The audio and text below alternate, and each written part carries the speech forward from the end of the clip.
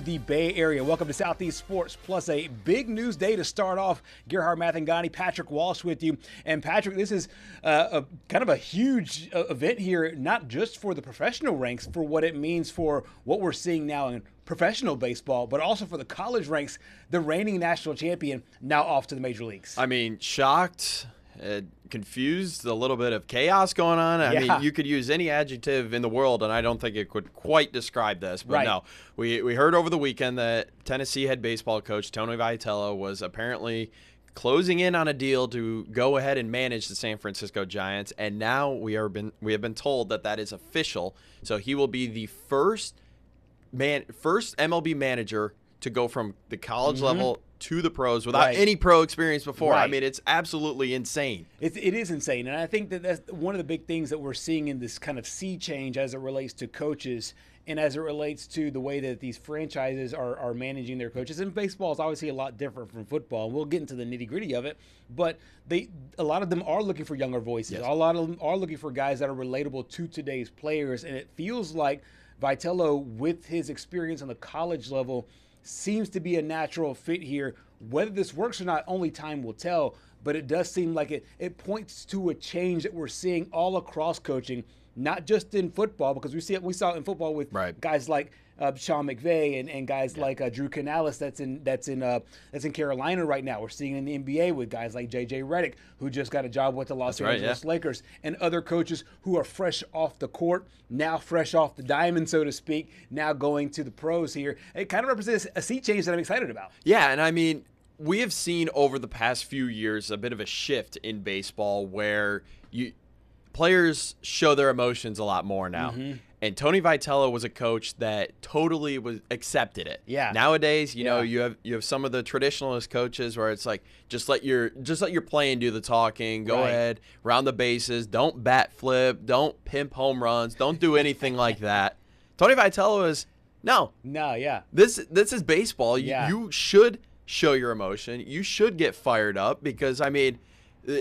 The one thing that I always am going to remember about Tony Vitello at Tennessee is, ironically, a guy that he's now going to go manage in Drew Gilbert.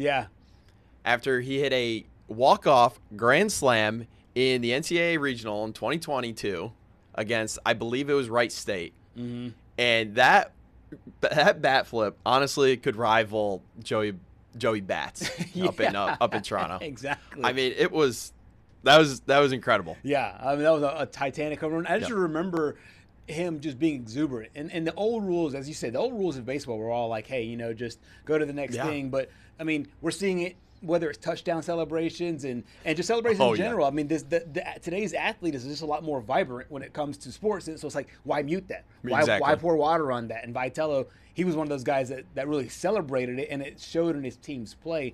And as you mentioned before we started the show, and I want to give you credit for this, is the fact that Vitello came out and he basically took a program that was nowhere. Tennessee's athletic program obviously has a ton of great athletes, a ton of great football players, a ton of great women's basketball players under Pat Summitt, a lot of great men's basketball players, but the baseball program was somewhat dormant, and it was really Vanderbilt who stole all the limelight until he came in.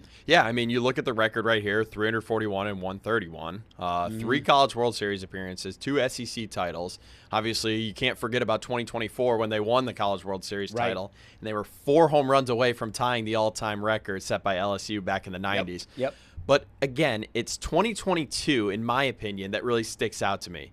They went 57-9. It was a disappointing season because they lost in the Super Regional to Notre Dame. But when you could start 31-1 in baseball, I don't care who you play against. It's still baseball. Anything can happen, but 31-1. It's insane. I mean, that was just incredible at the time. And I went back and looked at that Game 3 of the Super Regional.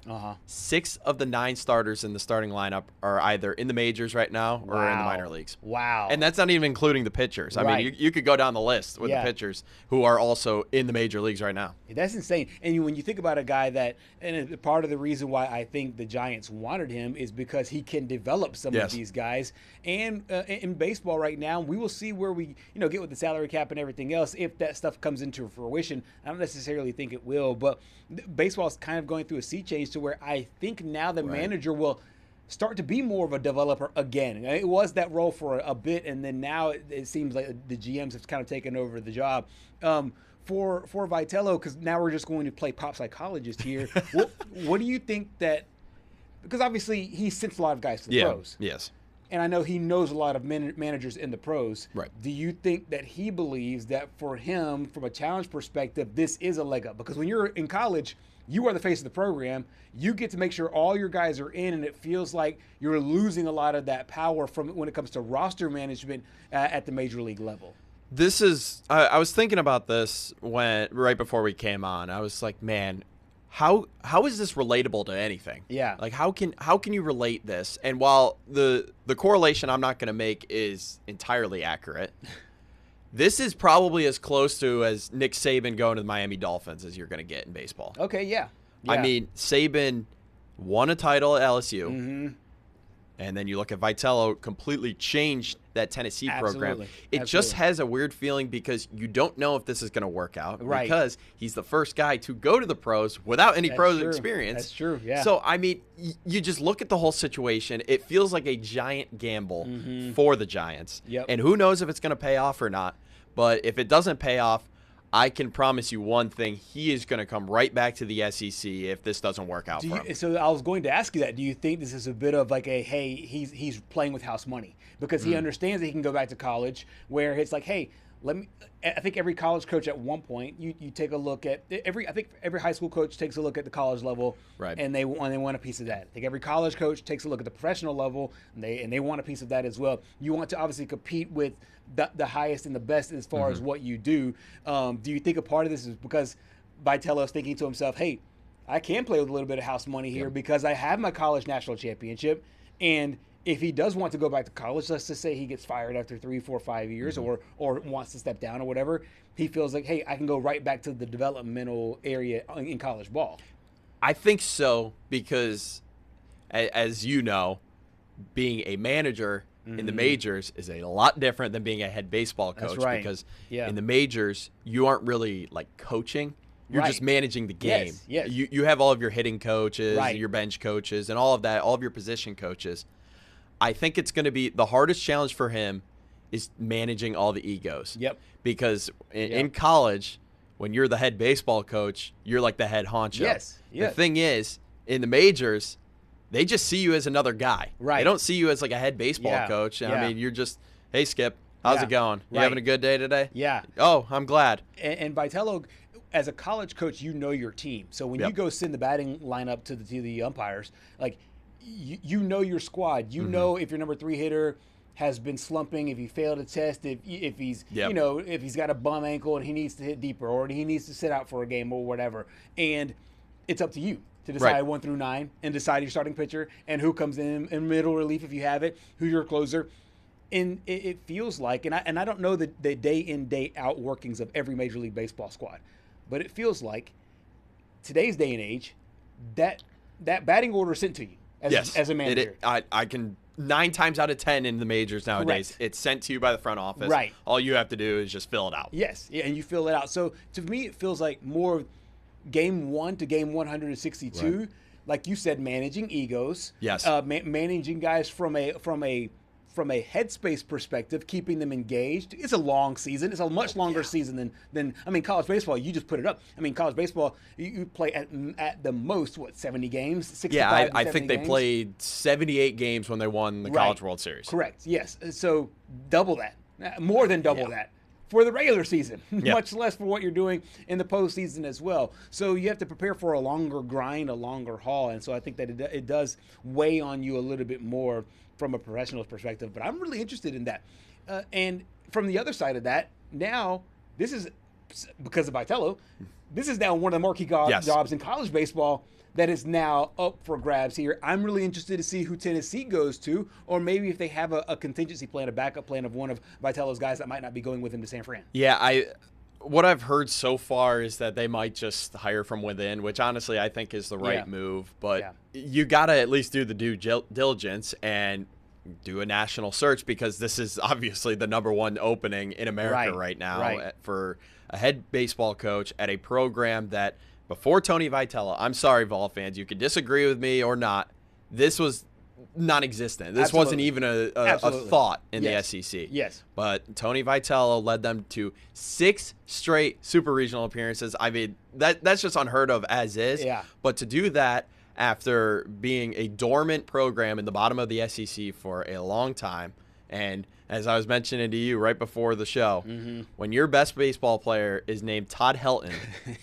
before you came in, that's something. And then I was going down the notable alumni page on Baseball Reference earlier, and I was like, 3/4 of those guys were under Tony Vitello. Yep. So, I mean, it just goes to show you that, hey, he can change a program, and I believe whoever's going to come after him, they're going to do a good job. Yeah. I mean, this is just it's a program that just bleeds success. Right. I think the football team now starting to tap into some of the success definitely helps as well. And I mean, they're doing some renovations over at Lindsey Nelson. Yep. They're going to get more capacity. Yep. But yeah, I mean, it's just one of the greatest atmospheres in all of college baseball. No I think. question. No question about it. And we talked about the SEC as it relates to football, but SEC baseball right now is on just a tremendous run right now. Not just a streak of national champions, but how many different programs have done so. And Tennessee has put their name right there at the top of the echelon with the LSUs of the world, with Mississippi State's back in the day, Vanderbilt's, as you mentioned, that is doing it. Interesting thought experiment I just thought of as we were talking about this. Obviously, he replaces Bob Melvin, who was there for a while. And because this is a history marker, and you are our baseball guy, I'm going to pose an interesting question for you. Which one do you think would be easier for a MLB manager to come to the college ranks, or for what Vitello is doing right now? Vitello is doing right now to go from the college ranks to the MLB. Oh, MLB manager going to the college ranks. Yes. And it goes back to the whole egos thing. I mean, MLB managers already know how to manage egos. Right. College baseball head coaches, they might think that they know at the college level, but you don't know until you actually do it. And honestly, at the MLB level, it is so hard to keep all 40 of your or 26 of your guys, and then if you want to expand it to the 40-man roster, all 40 of your guys on the same page, all in line with each other. It is so hard to do that if you've never done that before. Absolutely. And I feel like when you have all of that experience at the managerial level in the MLB, and you have all of your coaches, you're soaking up all this information from your hitting coaches, your pitching coaches. I mean, usually guys that manage in the MLB are also former players. Right. You have so much knowledge that you can just share and make your college team better. So I don't know what you think, but I feel like that's got to be easier. I'm with you. I'm with you because you have a shorter season, and when you're in the pros and you come to the college ranks, a lot of times you could just use your resume as a part of your recruiting pitch. You know, hey, every one of the guys that you're recruiting is a guy that wants to go to be the pros, and he's like, hey, you can just say, hey, I've been there. I know what it takes. I can get you there. Now, people will point to, and correctly so, places where it failed, like Bill Belichick right now in Chapel Hill, and some other places where going from the pro ranks to the college ranks hasn't worked out as smoothly. But we'll see how it works out for Vitello as he heads over to the Bay Area. We will also see and keep in close contact with our friends over in Knoxville to see who they hire now as one of the now marquee jobs in college baseball comes open at the University of Tennessee. Coming up next here on Southeast Sports Plus, we will visit with our good friend Mariah Ross to talk the South Carolina Gamecocks and a little Clemson. Stay with us.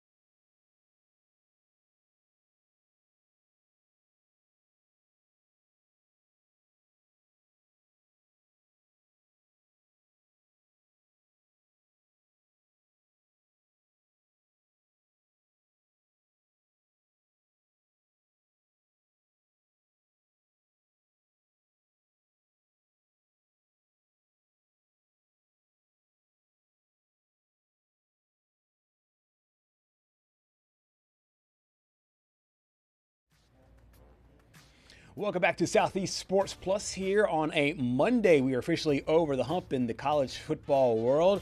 Now, about 5 games to go for most teams in and around college football. Of course, we'll preview some big football games coming up this week on our program today and throughout the course of the week. But first, we'll take a look at basketball right now. The NCAA Men's Basketball Committee Chair is Keith Gill. He's also the Sun Belt Conference Commissioner. We got a chance to catch up with him, Simone did, one-on-one in New Orleans about everything that's going on with this year's NCAA tournament.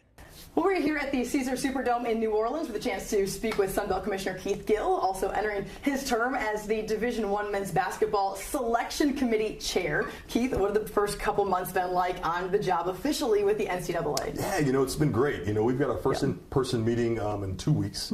We just had a meeting a few days ago, and it's going really well. We're getting ready for the season. Basketball starts up here in a few weeks. It's right around the corner, and it's going to be an exciting college basketball season. A lot of great teams. Yeah, it's crazy to think that it feels like we just had the start of the football season, and now we're already talking about hoops. Well, wild time for you also as the Sun Belt Commissioner. How are you balancing both, and what will that look like over the next year or so? Yeah, it'll look like a lot of movement, but it'll be great. One, I love sports, right? So, no one's going to feel bad for me because I get to chair the basketball committee and I get to go watch football games in my day job, right? So it's really something exciting for me. I love football. I love basketball.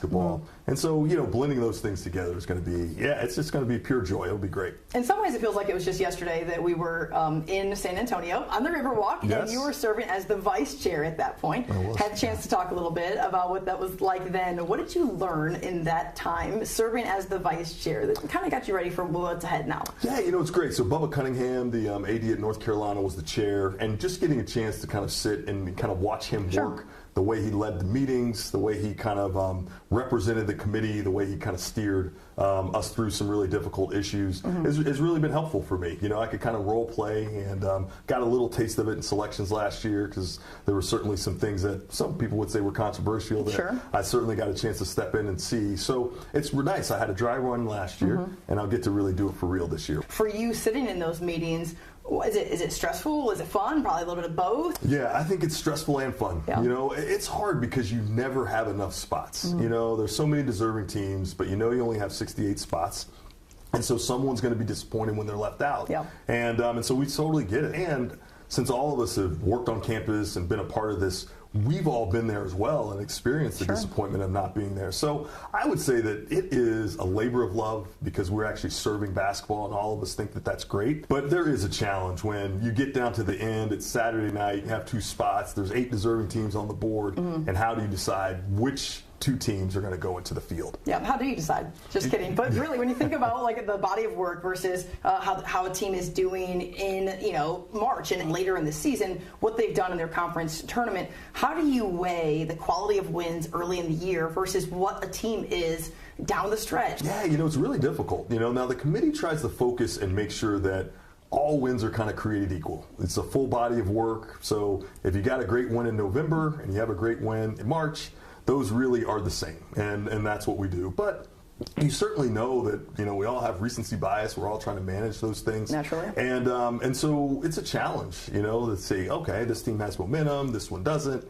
Injuries play a role. There's just a lot of different variables that make it a challenge. But as a rule, the committee really is looking at wins in November just like they look at wins in March. Yeah, absolutely. And when you look at where things are at right now with college athletics, there's a lot more parity, the transfer portal. How does that impact what it is that you're doing in terms of maybe, hey, this is a lot harder than it's ever been? Yeah, I think it's a big challenge because I would say that 15 years ago, you kind of looked at a roster, you saw who was returning, you kind of evaluate that talent, and then you kind of move forward to know you'd have a sense of what that team was going to be. Now with the turnover that you have where, minimally 50% of rosters seem to be turning over, but sometimes as high as 80 or 90%, you don't know what those teams are going to be. And it goes back to the earlier point we were making, which is sometimes because there's been so much turnover, the team that you see in November, they work and then they gel, and they're completely different in January. Sure. So I think it makes for a much more kind of wide open and kind of unpredictable kind of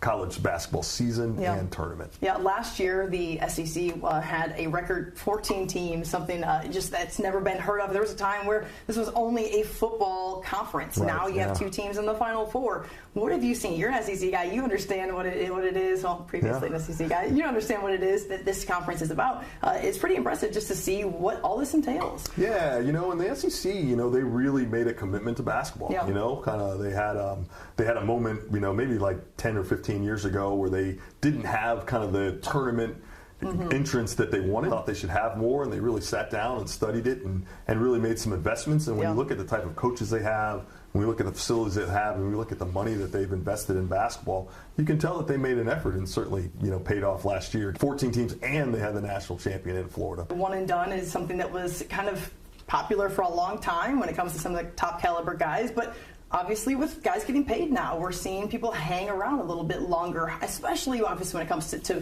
college football, 5-year guys that are getting all these headlines, getting paid. How's that impacting the sport of basketball? How are you kind of seeing that play out? Yeah, I think it's impacting it in very similar ways, right? I think conferences like ours, like our all-conference kind of players, a lot of times are transferring and going to, other conferences. And so it means that, you don't have a chance to develop kind of the continuity and build team. And a lot of times, like, we get our upsets because we had older teams. Sure. And now we have younger teams because they're just turning over all the time. So I think all the movement is a challenge. And I think folks are adjusting to it. I think that calming the movement down a little bit, I think, would be helpful for everyone. Yeah. I certainly think student athletes need agency, but to be able to transfer every year, I don't know that that's good for them, especially academic outcomes, and I don't think it's good for the system. I agree with you entirely. As a traditionalist myself, when you think about how to put the toothpaste back in the tube, though, how does the NCAA look at that? Of course, they're trying to do that a little bit when it comes to the NIL. I know that they've shortened the transfer period for football. Right, yeah. How do you do that kind of across the board, and so it's not like free agency? Yeah, I think the most important thing right now is, scoring. We need some help from Congress, right? Yeah. The courts have intervened in a way that doesn't allow the NCAA to kind of regulate its own affairs in that space. And so I think getting the SCORE Act passed in the House would be really helpful, and then obviously, hopefully, a version of that in the Senate and getting that signed by the president, I think would help us because that would allow the NCAA and its member institutions to kind of regulate transfers and academics in a way that's difficult now. You've got people that want to play more than 4 years, 5 years, 6 years, 7 years, and that's hard because we've got high school students that are trying to get into the pipeline, and people are staying there for longer, and so it's a challenge for them. So I do think the system is under a lot of pressure. And that's why the congressional intervention would help, and the SCORE Act is a good first step. I want to ask, obviously you'll have NCAA on your chest this year, but you also have, SBC, you represent the Sun Belt Conference, and right now the Sun Belt Conference, a one-bid league, like a lot of, G5 schools and G5 programs. What does the cap at 68 kind of create or kind of maybe keep out a group of 5 programs maybe when they're trying to get into that postseason? And do you think that the talk of expansion is needed by what the sport has created in terms of maybe some parity and what the other rulings look like? Yeah, I would, putting on my Sun Belt commissioner hat, I think opportunity is good. Yeah. And I can think, I think it was 2 years ago, we had two teams that were kind of in the top 65 of the net.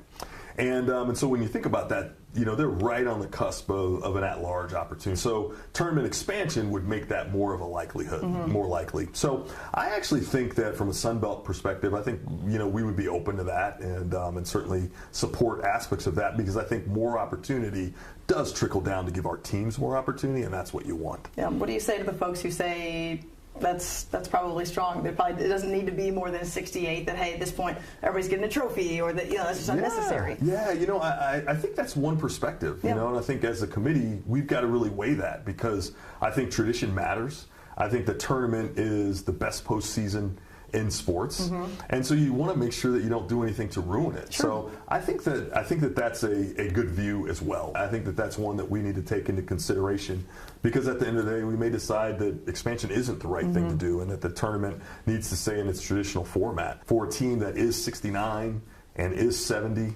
for those kids to have an opportunity to participate in the, and those coaches have an opportunity to participate in the tournament, those are opportunities of a lifetime. And so if we can give more, that doesn't seem like a bad thing. But we don't want to ruin something that's already great. When you look at the different cities that the regionals will be held, Houston, San Jose, Chicago, D.C., and then, of course, Indy's hosting the Final Four. What do those cities just kind of bring to the table when it comes to, some of their basketball towns? So there's some maybe that are some newer ones that we haven't been there in a minute. I think one of the great things is they bring diversity, right? Yeah. You're trying to build fans in all parts of the country, so you're in the West Coast, you're in Texas, you're on the East Coast as well, you're in Chicago, and so you're also in major media markets, so that will, help kind of spread the word about college basketball and what a great sport it is, because everyone thinks about everything on the field or on the court, I guess, in this thing, but it's really about kind of the learning and the growth. I mean, obviously you were a student athlete, and you think about your time as a women's basketball player and how that impacted kind of who you are and the friends you have and the things you learn. Absolutely. And we're doing that times how many ever student athletes there are, so 100,000 student athletes. And so it's important for us to share that with everyone in the country. I think those cities help us do that. Obviously, these football stadiums, these NFL stadiums, they get packed out. I mean, there's certainly reason to have the crowd. In some ways, it does feel like the crowd is so taken out of the game a little bit too. How do you guys balance that? I know that's not something that's decided like 2 weeks ago necessarily, but how is that decided when you're trying to balance between, keeping the college basketball feel, but also trying to accommodate the fact that this is tournament time. It's March Madness. Yeah, I think it's hard, but we've been doing it for so many years now that I kind of think that it's just part of it. It's part of it. It really helps because I do think you want to have as many people as you can to be able to participate. So that's as fans. You think about, some of the little kids you see and the memories that they would have going to their first Final Four. Having 50, 60, 70,000 seats available versus 18, 19, or 20 makes a huge difference. So I do think, it's a balance that's really important. I think, fortunately, the staff has kind of figured it out and kind of got it right. And I think those venues have been really good, really energetic, and really good for basketball. Keith, the women's basketball has just blown up. Like Caitlin Clark, what has taken place over the last couple of years. How impressive has that been just as a viewer yourself? And then now also going into this role as the chair for the men's side, how do you just feel like these two games are just kind of marrying up in a way that is just helping the sport grow on a national, maybe international level too? Yeah, it's great. It's awesome to see kind of how the women's game is growing. We were just talking about moving to dome venues. They made a decision to do that, I think, in 28, but when in Indianapolis.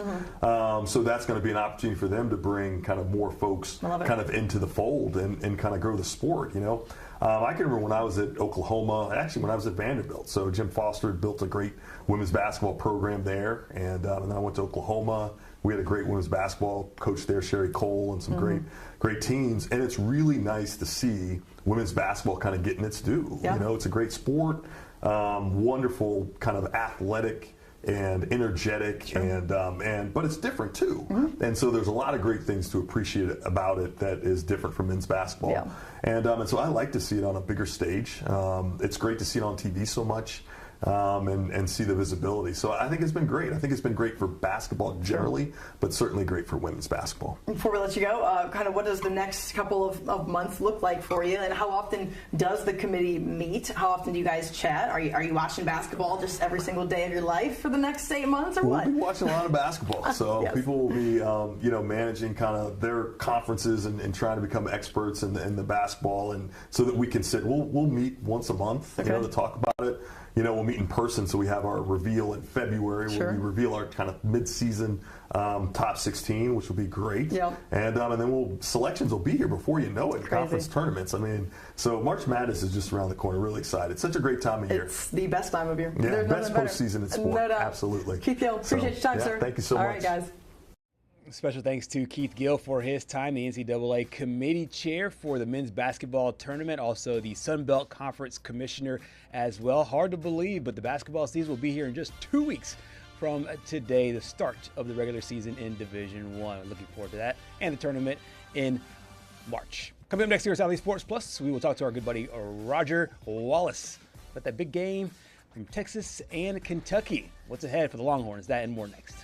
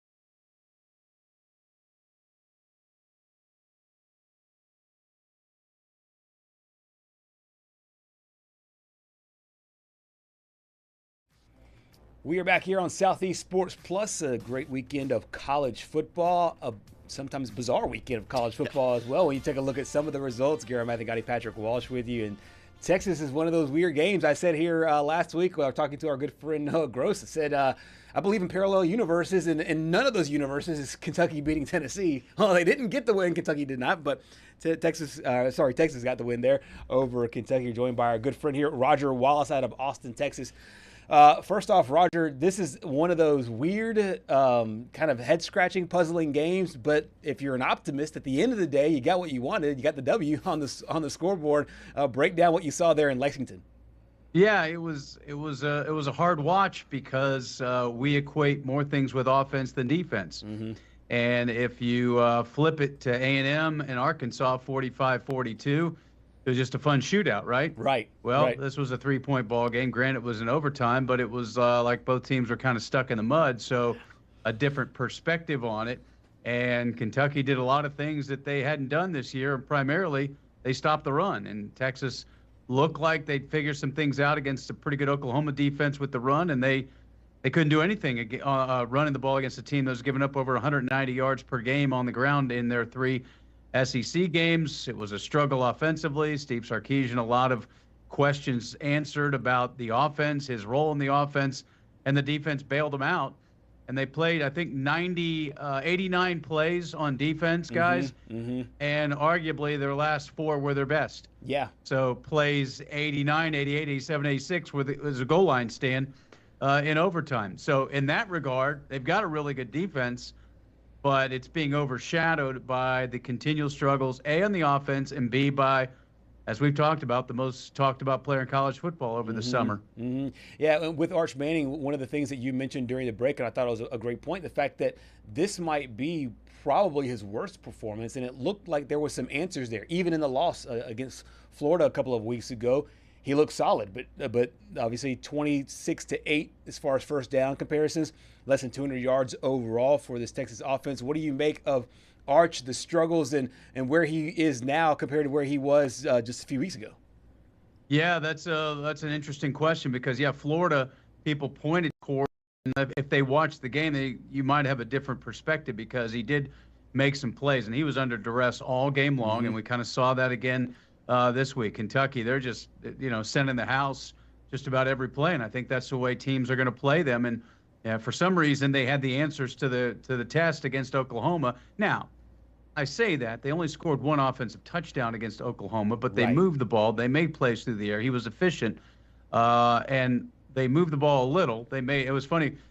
Sark said all of our problems have been 3rd and short. Well, we converted several 3rd and long, or rather their problems have been 3rd and long. They put themselves, behind the chains. Mm-hmm. They actually converted more of those, and they did 3rd and less than 6 yards. That was a problem, and that kind of goes back to the running game and some misses by Arch. And I'm not going to say it's all Arch because, everybody plays a role in it. But he looked miserable after the game, and he sat up there and answered the questions, but his body language said, man, get me out of here, because he knows, all the fire that's coming his way again. But the defense was outstanding. A couple of goal line stands, not just the one in overtime, but the first possession. They got so many playmakers on defense, but now they go to Mississippi State, and everybody's wondering, okay, can they score more than 2 touchdowns in a ball game? Right. And Mississippi State has been a team that's been very dangerous over the last few weeks. When it comes to Arch and his frustrations, and you illustrated that really well, and Sark and maybe his frustrations with the way that the offense is moving under his tutelage, are these some of the issues that they think are fixable moving forward? Is that part of the frustration, or is it because they think that they might have hit a ceiling in some regards and they have to look for something different to do holistically? Well, if they say it's not fixable, they're not going to say it out loud. Yeah. That would go over in this town. No, I think they can, and I think there's been some evidence of that. They hope to get C.J. Baxter back, if not this week, then for Vanderbilt. I don't know how big of a difference that's going to make, but Trey Wisner ran for over 90 against Oklahoma. He was ineffective against Kentucky, and his touchdown was reviewed because the ball popped out. Originally they awarded it to their offensive lineman, DJ Campbell. Then they flipped it back because they said no fumble. But regardless of that, I think they think so. I think they think they've got good enough players, good enough scheme in all areas. But it has been not just an inconsistent struggle. It's been a consistent struggle. Right. When you think about Ohio State 14-7, shut out in the first half, and then you play your 3 non-conference group of 5 or whatever you want to call them games, and yeah, the offense was most part fine, other than that stretch against UTEP where Arch got all the attention for the struggles. Then you come back against Florida, and you don't score an offensive touchdown till the second half. You get back in it, but again, offense was a struggle. And Oklahoma, you score 3 points in the first half, and you see where I'm going with this. 7 points in the first half on a short field, a 5-yard drive for a touchdown after the Niblett punt return on Saturday. So it's just they've not been able to sustain drives and punch it in the end zone. Fortunately, at 5-2, they've got a real good kicking game. They've got a great defense. They've got an outstanding punter, and now they've got what seems to be one of the most dangerous return guys in college football. Absolutely. We'll dive into some of the positives with the defense and the special teams just in a second here. But first, we got a chance to hear from head coach Steve Sarkisian about the offense and accountability. At the end of the day, offensively, I've got to do a better job. I've got to do a better job putting all of our players in position to be successful, and that's blocking people, that's throwing the ball to open people, that's running routes precisely where they need to be. So that's on nobody but me, and so that's when you can look in the mirror first and say, okay, I'm responsible to try to fixed and get better at it. I'm very comfortable with that. Have you ever thought about taking that thing off of your plate, and if so, why not? Because that's why I got hired. I was a really good offensive coordinator. So I believe in what we're able to do. Every year we have to continually evolve, and there's years we're going to be better on offense than we are on defense. There's going to be years we're better on defense than we are on offense. And so if that's one of your strengths, I'm always going to tap into the strength that I have. And I think, being a play caller on offense is one of my strengths. Some may disagree. That's okay. I think it was really interesting there, the fact that, number one, the question was posed, even though, I think his track record's spoken for itself, that maybe 6 or 7 games should not be able to dictate if he should release the playbook, so to speak. But what is your take about Steve Sarkisian, where he is right now? He was defiant, but not in a Brian Kelly sort of way with that answer. But what's your take on just him overall and just the way that he will handle everything, whether there are changes to the way he calls things, maybe calling less plays for Arch to the passing game, more running plays? What do you think the ways that he'll change things up, if at all? Yeah, and the way it was worded, the question was from Anwar Richardson from Orange Bloods, was, kind of the job of a head coach now is so big. Yeah. The whole, CEO thing. And it's been that way for a long time. Mac Brown famously here was outstanding at that for a long stretch. But now there's seemingly more on the plate. So it wasn't just offense is struggling. Are you willing to give up play calling? And a lot of coaches evolve into that. I think Nick Saban evolved into that, obviously a defensive mind, and eventually he turns things over. Pete Carroll, a defensive mind, eventually he turns things over, and I think you could flip it over on the offense with a lot of coaches. But right now, Sark feels the most comfortable that he's the guy that calls the plays. And if you think you're the best at that job, then you're going to be the one that calls the plays. There Absolutely. might be a time in his career as he gets older and as things change that maybe he does relinquish those duties. But that was his point, is that, I think this is my strength, and I want my strength to continue to be part of our success. And obviously right now that's the big question mark with this team moving forward. If, in fact, they can scrape their way into the conversation, if they win against Mississippi State, then they come home against a really good Vanderbilt team. But if you get that one, then you get to the bye, all of a sudden you're back in the conversation. Because you're going to have another road win, and you're going to have a win over, if they're not top 10 in a couple of weeks, they'll be top 15, who maybe they're top 8. Right. But all that said, and, they talked after the game, Michael Taft, their fifth-year safety, Sark said he reminded me in the locker room that Georgia, on their way to an SEC championship, went to Lexington and won 13-12. Yeah. Yes. So exactly. Those are great stories to kind of reinforce the point that this was a better win than a lot of people are thinking it is. But you're not going to change the opinions of people that have watched this offense struggle for the better part of the season. So I don't know if Sark, he's not gotten to the point of defiant as much as explaining his thought process on why he continues to be the play caller and the offensive coordinator. For sure. I think he's handled that really well. So speaking of things that are done well, so far right now, the defense has been really strong. I know they gave up nearly 400 yards the other day, but as you mentioned, they played well when it mattered down late. And the special teams has been awesome as well with both Mason Shipley and Ryan Niblett. Shipley, the kicker, of course, and Niblett, the punt returner. What do you make of the other two phases of the football game where they're able to rely on with the offense struggling? Yeah, and you're right. You bring up a good point about the defense. They did give up drives, but Kentucky couldn't punch it in on the first drive. I think Kentucky fans were really frustrated when they, went for it on fourth down. And I questioned a little bit, guys, the decision to go for it. And I know he had to do it in that stadium. They were ready to erupt against him, kind of like Florida. But the way Texas was playing offense, you kicked that field goal in overtime, and easy to be. Let's just put it this way. I thought they might kick the field goal thinking that at worst they're going to give up a field goal to Texas, because at worst that's what happened. Is, you pretty much lose the game unless disaster for Texas. Now, Texas almost had disaster because they had a holding penalty on first down in overtime. So all of a sudden it's 1st and 20 from the 35. You're thinking, okay, what's the one thing they can't afford to do? Turn it over and, penalties that make the kick tougher. But the defense made a lot of plays. Ball was on the ground 4 times, and they didn't recover a fumble. Anthony Hill had a scoop and score, but I don't know if the ball might have been kicked a little bit or he just whiffed on it. They got the interception from Hill. They got to Cutter Boley. They gave up some chunk plays at the end when Kentucky got that drive. But for the most part, this has been a really good defense, especially down in the red zone. They play a ton of players. They played nearly 90 snaps, and they play a ton of players, and I think that paid off in the end. And then, Niblett has been special, especially the last 2 weeks. Punt returns, guy that we talked about, almost left the program in the offseason. Right. Mason Shipley is a local kid from outside of Austin who's, a couple of stops along the way, including Texas State, which is about 30 miles to the south of here. So obviously he's been huge. And then the punter, Jack Bomeister, the Utah transfer, also doing a great job for Texas as a transfer. He's also the holder on the extra points and field goals. So, 2 phases have been good and at times excellent and at times great. One phase at best has been okay, and that's why they're 5-2 and not really in the conversation other than, kind of a punching bag. Roger, I know there were some people that were kind of surprised when the AP poll came out yesterday and Texas was still in the top 25. Does that surprise you at all, seeing how they played against Kentucky? No, I think you still have to give them a little credit for a win. On the road. Yeah. I'm not gonna preach the on the road in the SEC at night, but they did go on the road and win. Yeah.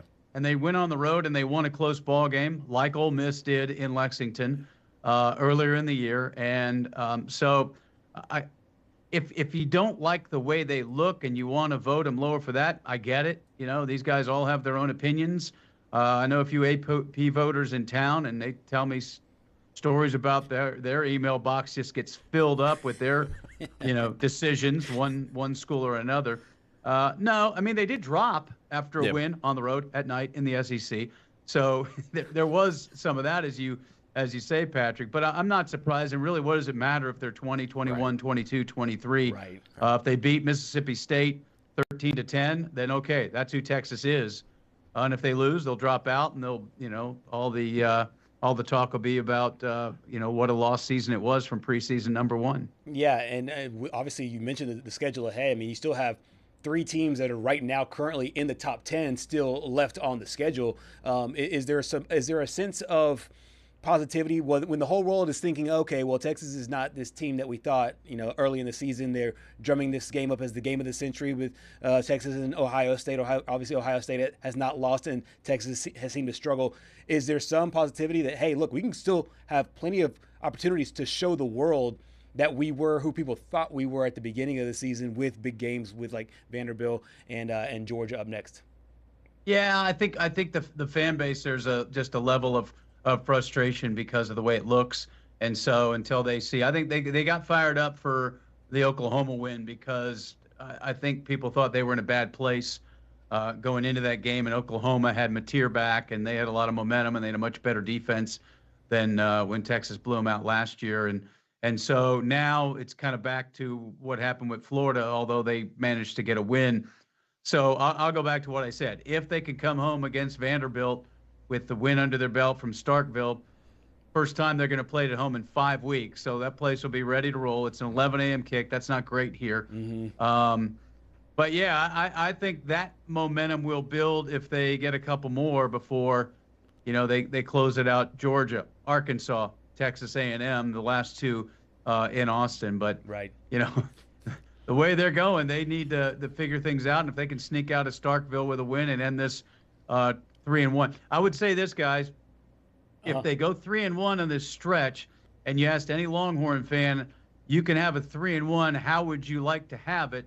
My guess is this is it. Yep. Lose to Florida right off the bat, and then win 3 in a row coming home. Now, I'm sure Sark and his guys thought they could, run the table. Thought that offensively they'd get some things figured out. Lost their center midweek last week. Again, that's just a fact. That's not making an excuse for them, but that's a fact that it happened. In Cole Hudson. So they changed centers in practice on Wednesday with Connor Robertson. And I don't think Hudson will be ready. He was on crutches. They may get Baxter back, like I said, but I'm not gonna buy the stats, guys. I look, Mississippi State's given up a lot of yards on the ground. I'm not buying that. Right. After what happened against Kentucky, their defense is gonna play much faster against Texas at home. Yep. I think they're gonna do. Their second leading receiver started his career at Texas, Brendan Thompson. That's true. That's right. Yeah. He's the one that had that big touchdown to beat Arizona State. Yep. In the non-conference, he went to Oklahoma, so he's got that Texas taste out of his mouth by the. by being north of the Red River. But we'll see if they can figure it out and get one more road win before coming home for this final stretch. Yeah, it could be a big statement there for the Longhorns. Before we get you out of here, we want to zoom out a little bit and change sports to baseball. We got Game 7 today. I thought you would tonight. Zoom out because my No. It's a figurative speech about the baseball game tonight, Game 7. You got Mariners, you got Blue Jays for the right to face the Dodgers in the Fall Classic. Who do you got tonight?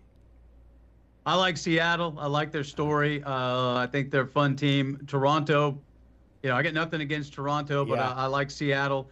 Watching them down the stretch in the AL West race because of the Astros. Right. And I just think that that's a cool story. Not sure anybody's going to be able to, handle the Dodgers in the World Series, but I like the Mariners, even though it's a road game. Yeah, I'm right there with you. I want to see the last team to not have a pennant, to be able to get one here today. Roger, thank you so much for your time and your expertise on the Texas Longhorns, and looking forward to a big game in Starkville this weekend. All right, thanks, guys. Tell Simone, hope she's enjoying herself. Yeah, will do. Will do. See ya. Roger Wallace out of Austin, Texas, with putting I think a nice analyst bow on this, because if you're just looking at a score, if you're just looking at stats, it might be a little deceiving when you watch this Texas team. Yeah, I mean, you just can't trust anything, and I mean, any given Saturday, anybody can beat anybody. But I mean, Texas, if the offensive struggles continue this weekend, right, I think some conversations need to be had about, okay, who is going to be under center going forward. Yeah, and as of right now, it looks like that Arch might be taking a couple of steps back here. We'll see if he can get back on track against Mississippi State this week. If you're looking for a line as of right now, Texas, a 6.5-point favorite going into that one, so just under the touchdown. As we sit here on a Monday, still lots of days to go before that one kicks off in Starkville. That is a 3:15 kickoff on the SEC Network. Coming up next here on Southeast Sports Plus, we dive into the latest AP Top 25 poll. We heard one team that's in. We'll check in with the other 24 next.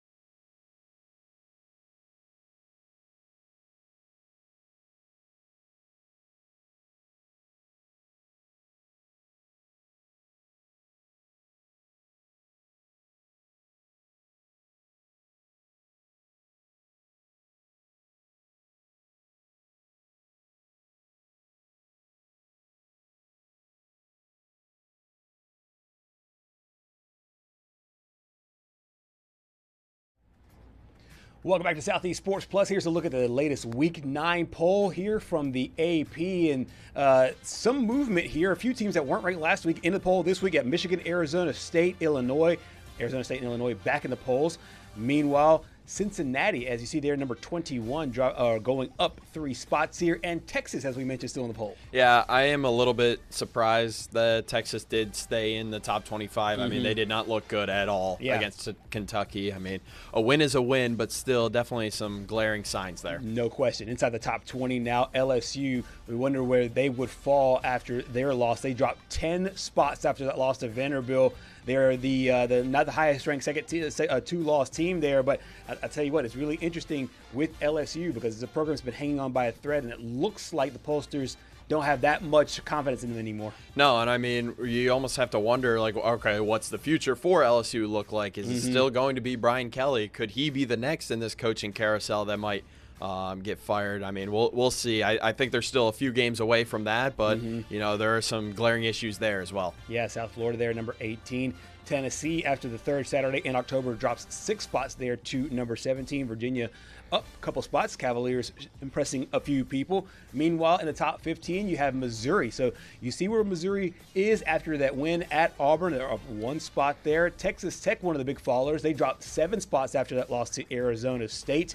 And then you see BYU up 4 spots after the Holy War. Yeah, really like BYU after the big Holy War win. I thought it was pretty funny that the CEO of Crumble Cookie paid their field story fine. But no, Mizzou at 15, I like that. The Tigers are underrated this year, and Oklahoma with a big bounce-back win in Columbia. Yeah, nice quiet growth there from Eli Drinkwitz and company inside the top 10 now. How about the Vanderbilt Commodores up 7 spots in College Game Day going to Nashville this weekend? Yeah, we're going to talk with Corey Curtis here in the second hour, but I mean, best start since 1950 for the Commodores. Yeah, and I would actually put Vanderbilt ahead of Miami. Miami loses a home game. They drop 7 spots. They're number 9. There you see Ole Miss at number 8. Indiana, still the number 2 team in the country. Georgia, Bama, Texas A&M, the Hoosiers, and Ohio State. So really a lot of interesting stuff there. Not used to seeing Indiana there as the top 5 team there in the country. Of course, we'll dive into a whole lot more coming up next here on Southeast Sports Plus. Hour number 2 is next.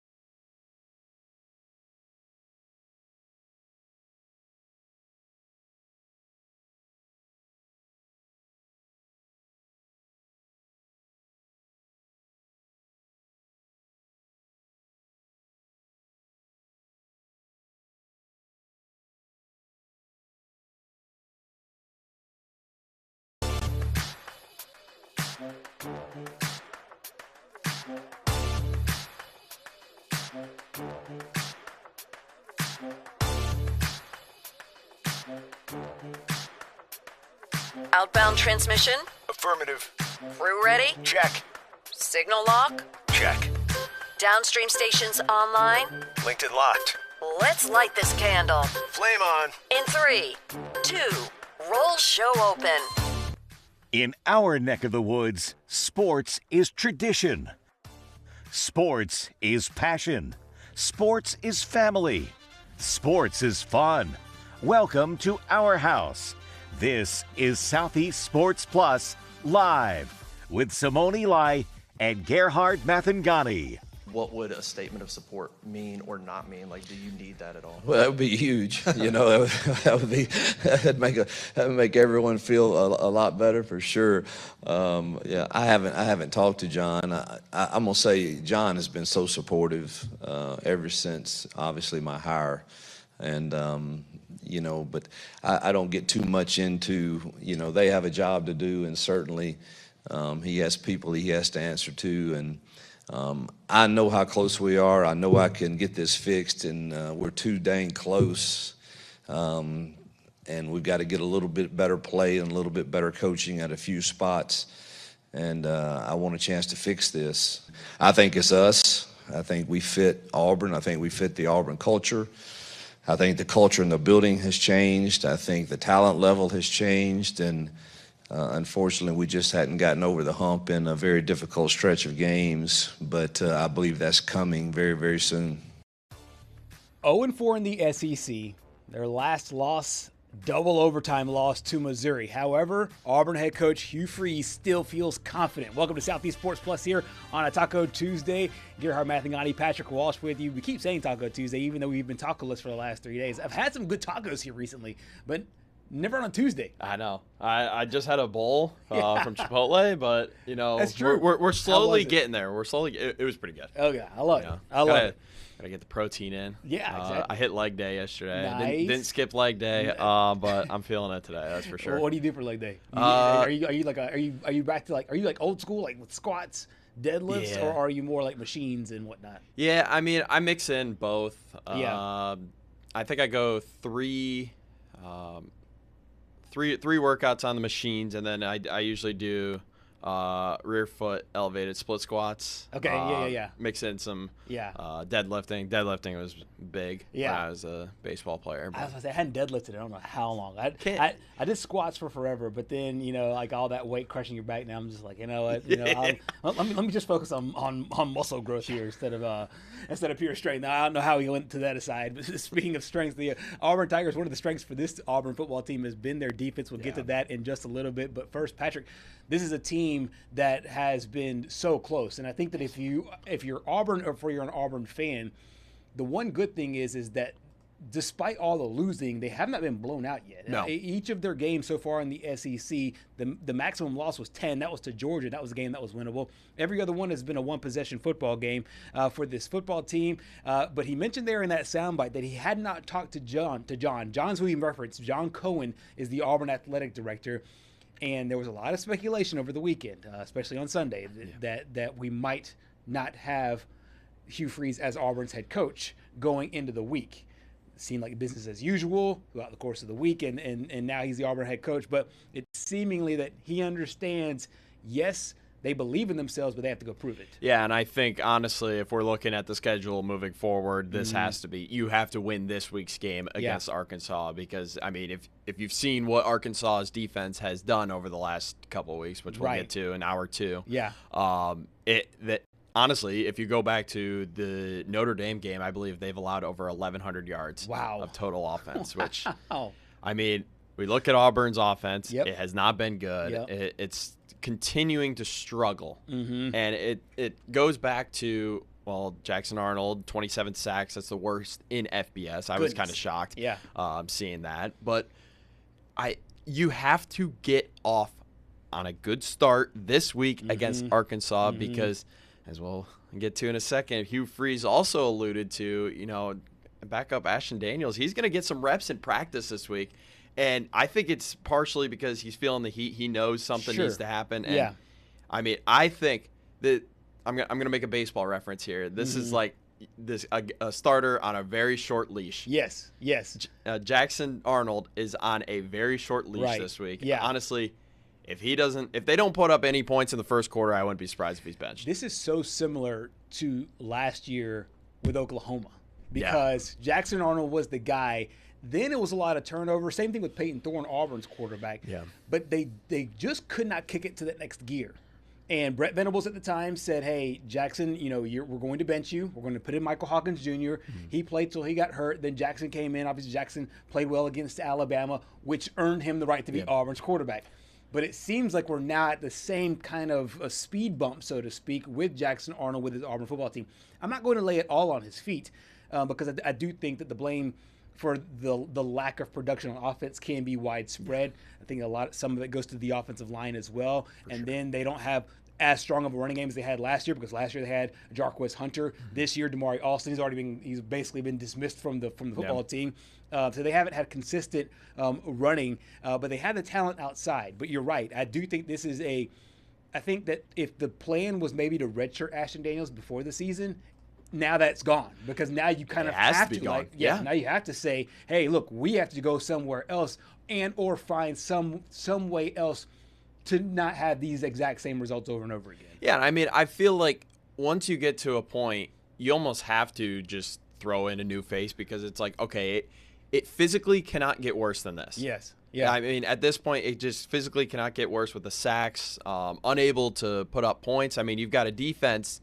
This is the exact opposite of the Dallas Cowboys right now, where Cowboys can just put up points with no problem, but they can't get a stop. Yeah. Auburn's defense is keeping them in these games. Yes. They just are unable to get anything going on offense, which I mean, you alluded to it perfectly. They're like 1 or 2 possessions away from being 4-0 in SEC play. Right, and I think that's the reason why. And I'm glad Auburn did not make the hasty move to fire Hugh Freeze because if you look around to all the other firings in college football, I think one other one was basically done more so from emotion, but it's also a rolling tide.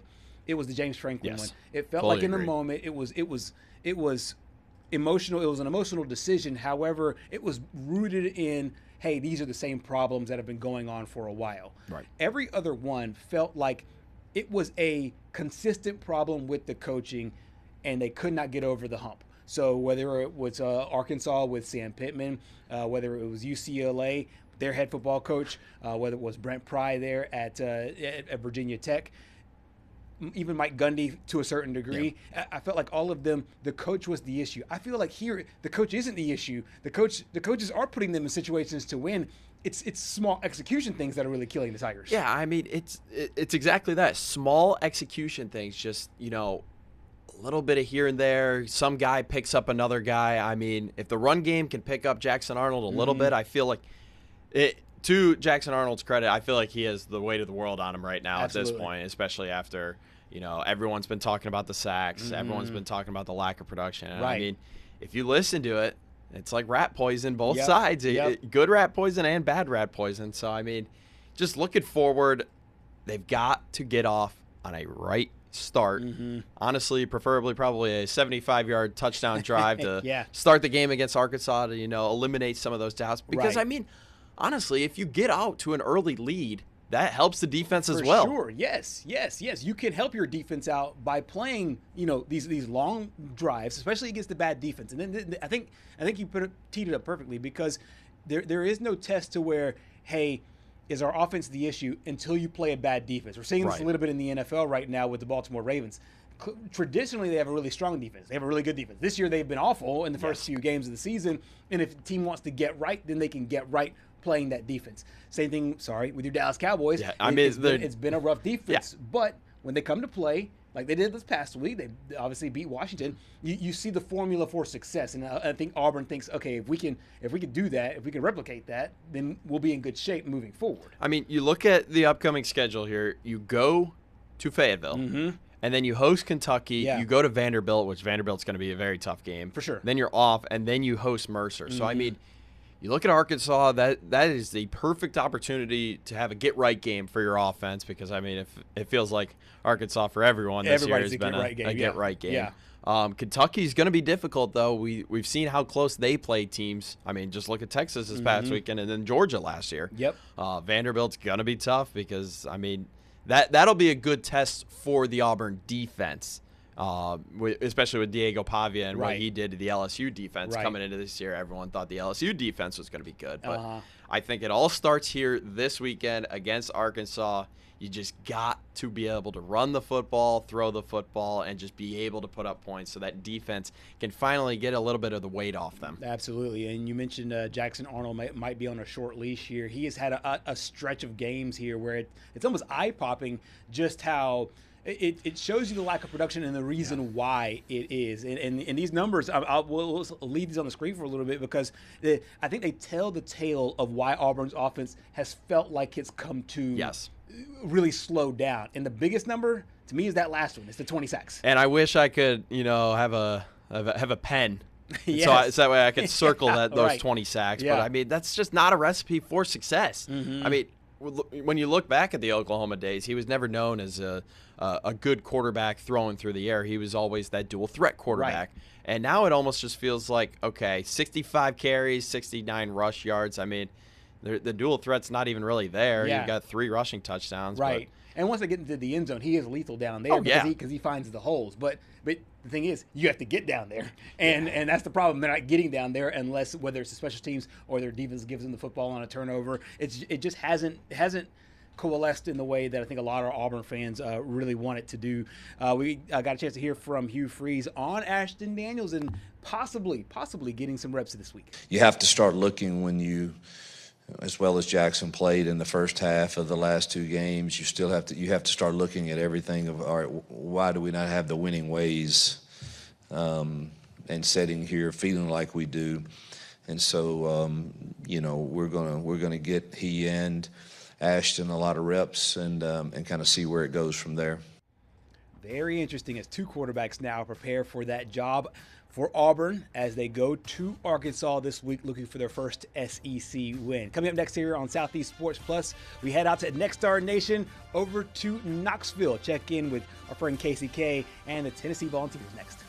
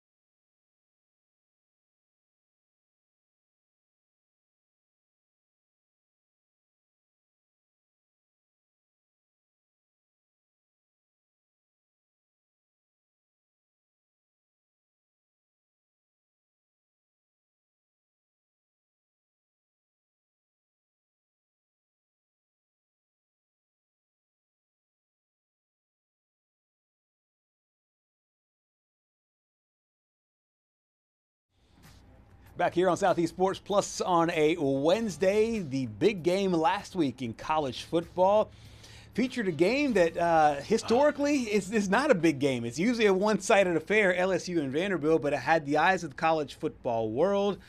LSU ends up dropping the football game. What does this mean for this team from a narrative perspective? Well, we have our good friend Chessa Boucher joining us here on Southeast Sports Plus. It might be written all over your face right there. Are you okay?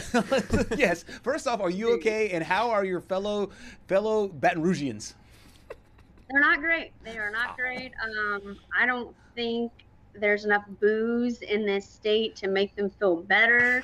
I was there in Nashville. I had to get up at like 6 in the morning and witness that catastrophe. And the thing that sucks is like they only lost by 7 points. Like yeah. For what we did and what they lost their starting left tackle. And so you lose Tyree Adams, and then you're like, okay, maybe they can piece it together. And then your defense they're struggling to contain Diego Pavia, and he ran all over them, and he was the leading rusher in that ball game. And then your defense goes and they force 2 punts, and you're like, okay, maybe this is something. And then off of those 2 drives, you know how much yardage that the offense gained? How much? Negative 10 yards. Wow. Oh, no. Wow. Negative 10 yards. It was a 3-and-out, negative 10 yards. Like, that's all that you can do. And you have, again, a second-year starter, Garrett Nussmeier, who everybody talked about he was going to be in the Heisman race. And then you have so many weapons, and you can't do anything with it. And I don't blame Garrett. I blame the offensive line. I blame the play calling,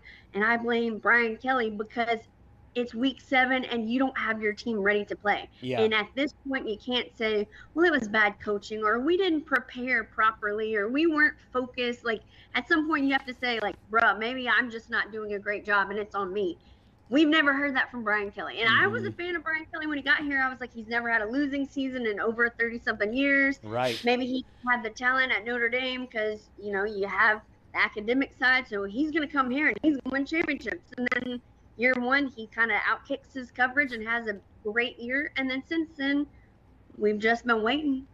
We have been waiting and waiting some more. And the thing that I can say about Brian Kelly, when they go on the road and it's a top 15 matchup or a top 20 matchup, you're not going to win it. And that's what we've seen. And so this fan base is like, 50 million, that doesn't matter. Let's get him out of this. Like, who do you bring in? Where does that money come from? And then I told y'all this, I think it was like week 2 or maybe even for the Clemson game, week 1.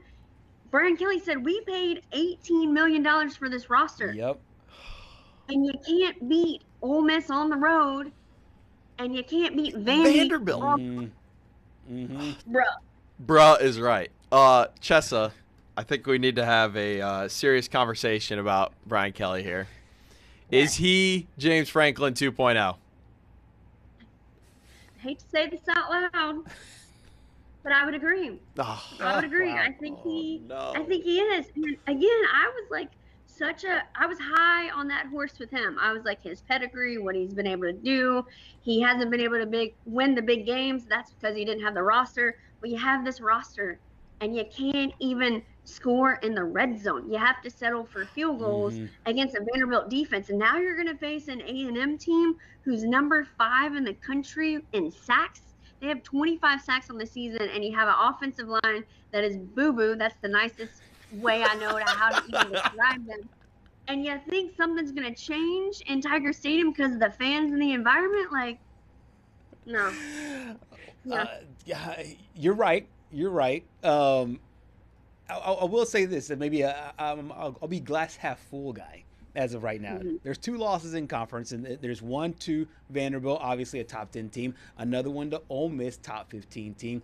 Still left on the schedule for LSU with 2 losses is number 3 Texas A&M, number 4 Alabama, Arkansas, and Oklahoma to end the season. Now, if it's a tall order, I know it's a tall order, but if you were to stay as positive as BK is here in this picture, and LSU wins out, that is still a team, in my opinion, that at least has the right to put their name in the hat for a college football playoff berth. Are there any talks of that, maybe the hope and positivity of what is possible to come? Or is it just, hey, we're lucky to be here where we are right now, and if things keep going the same way, we will not have just 2 losses. We'll have, way more. Yeah, in post-game, after the game, we asked about kind of what does the future look like? Are y'all still talking about college football playoffs? And they're like, yeah, absolutely. Of course we are. Of course that's what they're going to say. They know they have their backs against the wall. What makes it even better is last year, Brian Kelly went out after a post-game interview and said, we're keeping receipts and we'll see y'all at the national championship next year. Wow. My God. Still doubling down.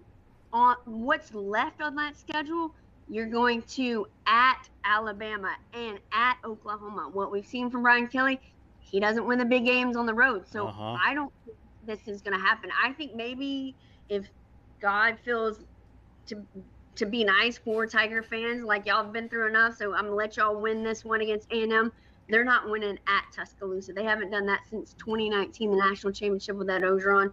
I don't think they go and win in Norman. I've never been in Norman, but again, it's the top It'll be a top, well, LSU won't be ranked at that time, but still, you're facing a top 15, top 17 team in the country. Good You're not defense. winning either. Yeah. With that phenomenal defense. And then Mateer, he's going to be healthy by then. And so it's like, are you And gonna they be might able be to playing for a college football playoff berth as well. That's right. At that point of the season, they definitely might. You pointed to something very interesting with the offense not being able to punch it in inside the red zone. We got a chance to hear from BK about that. We've seen that happen so many times in this game. Unfortunately, it was a timely error in that situation, that caused us. Cost us, 4 points in that situation, right? I think in each one of them was a little bit different. I think if we had to impact, another third down situation where it was all-out blitz, that, we could have certainly tapped down the routes and gotten the ball out a little bit quicker. But there's no major issues as much as at that time, at that crucial time with 49 plays, they're magnified if there's any errors at all. And that's what this game came down to. And I mentioned it many times. It's like playing a triple option team. You don't get many possessions. We had 5 possessions going into the fourth quarter. And so when you have limited possessions, those errors are magnified by 10. So I was going to ask, your head shake kind of says it. I was going to ask if you agree with Coach, where it seems like the tonality of his voice and just the way that he's diagnosing it, it makes it seem like, hey, if we're presented this same situation in a future game, a la Texas A&M, Alabama, Oklahoma, we will or can be able to execute? Or do you think that this is more a shadow of a much larger issue for this football team? Well, since you're 7 games in, and the past 2 games, your 2 losses, you were not able to punch it in. You had to settle for field goal. So I would blatantly disagree with that because you haven't been able to. Yep. If you were able to, I mean, at the goal line stand against Vandy, you had a direct snap and it gets called back. Then you have to call timeout because you have 10 players on the field. Mm-hmm. You don't even have it lined up correctly. And then Garrett Nussmeier is mad because they can't get it together. And then he's crying on the sideline, and you're telling me that the red zone offense is working, or it's going to be able to work now. No. And I will tell you this. Everybody likes to throw around the whole, he's not a great fit, Brian Kelly's not a great fit. I think the real thing to look for is anybody who has ever moved to Baton Rouge to gain weight. Brian Kelly lost weight. Mm-hmm. And you don't do that with the red beans and rice. You don't do that with a gumbo. You don't, you eat your way through this city, and he has not done that. So I don't think he's accepted what it is in South Louisiana, and maybe he's not the right fit because he lost weight when you got here. That makes no sense to me. No, it should. You should not ever lose weight when you go to LA. I mean, and literally, your first 3 months there, it should be at least a net gain of about 8 to 9 pounds. That's about 3 pounds per month on average. On average, and that's just a regular staple diet, much less anything bigger than that. Going into this, he's not eating the po' boys. He's not eating any of that. No, none. And honestly, that's probably a sign of a bigger issue that he, like you said, he might not be the right fit, literally and figuratively, for this defense that going into this season. It was heralded as probably one of the best defenses in the country. They kind of played like it for the most part of the season. I know there's been some injuries. Whit Weeks was banged up. His younger brother had a big play there on Diego Pavia. What do you make of the way this defense is playing going into this game against Texas A&M? Because I'm not saying that Pavia and Marcel Reed are the same guy, but they're both elusive kind of players that are playing at a high clip right now. Yeah, I was impressed with the defense, especially what they did against South Carolina and their mobile quarterback in Sellers. So to me, I was like, okay, you contained a guy who's super mobile. He's not super accurate with his arm. I think with Diego Pavia and all the RPOs and all of the eye candy, the defense got away from what they've been able to do. But like you said, when you have Whit Weeks out because of a bone bruise, you don't have Bernard Gooden. He's out with a shoulder injury. You have some of your top guys out, and then you're asking younger guys to fill in the spots. So I think you're asking a defense that doesn't have that veteran experience, those leaders. I mean, Whit Weeks is that captain of that defense and is telling everybody where to go. So when you don't have him, It's a huge hole to fill, and I think that's what we saw, especially with Diego Pavia. Whit Weeks is more than likely not going to be back for this A&M game. Marcel Reed absolutely embarrassed LSU last year. They had basically that game was LSU's, and then all of a sudden they make a quarterback change, and they're like, "What do you mean a mobile quarterback? What do we do?" And so to me, it's a recipe for a disaster, especially with what he was able to do last year and missing your main captain, missing Gooden, missing those pieces on defense. To me, I just don't feel like this is the same defense that they had in weeks past because of the injuries. I know that there's injuries all over the field for every team, but on a defense, when you lose your it guy, kind of the heartbeat of that team, it's hard to replace. So to me, I just think this is A&M's game to win. They've never won in Tiger Stadium since they joined the SEC, and I really do not want them to win Saturday night because I have a lot of A&M friends, and it's so annoying when they're doing well because they want to tell you all about it. I'm like, welcome. I'm glad y'all are finally here to the club. But I love it, Chessa. I'm not an odds maker, but I love reading the Vegas lines, and typically for a home field advantage, I guess in the NFL, it's usually around 2.5 to 3. Night game at Death Valley, I would think is about similar. 6:30 kickoff in Death Valley. This line sits at Texas A&M minus 2.5, which means the odds makers are at least telling you that on a neutral field, these teams are about equal. Are you seeing that go into it? Are you seeing maybe playing something into what the Vegas line is here, or is this just pure market manipulation? I think because of the way that A&M has been able to win in different ways, they've been able to go blow for blow. They've been able to win it defensively. They've been able to do the shootout because they can win in multiple ways. I think that they definitely have the upper hand than LSU. LSU doesn't want to get in a shootout because they don't have an offense to back them up. Yeah. And what we saw with Lane Kiffin, the defense was struggling, sucking wind because they were on the field for as long and they get tired and exhausted. So to me, I just feel like A&M has that upper hand. I think Vegas kind of knows what they're doing and wants to keep it interesting. But I would be surprised if A&M doesn't win by 2 scores at least. Wow. That is strong. That is strong. But honestly, given the trend, I can't really disagree with that as of right now. No, I know. Chessie, you are. I know, and I know it hurts you. I know it hurts you more than anybody. It's gotta hurt to say that. At least you won a baseball championship in That's true. in June. There is that. Yep. There is that baseball natty championship. We have women's basketball the year before that, I think. So I mean, there's been a lot of success there. It looks like BK may or may not be a part of it moving forward. We will see. Chessa, thank you so much for your time here on Southeast Sports Plus today. Thanks for having me, y'all. Absolutely. Chessa Boucher joining us from Baton Rouge. And this is literally what I love about Chessa. There's no homer talk. She'll spit it straight honestly. And that's my favorite part. You just have to sometimes. I mean, it's got to be honest. The expectations LSU had at the beginning of the season, my preseason SEC champion. Same. Oh, actually, no, it wasn't the same. But I did have them in the championship bracket. It's just unfortunate. In the final 12 teams. Big game here this week against Texas A&M. We'll see how that goes. Coming up next here on Southeast Sports Plus, we wrap up Hour 1.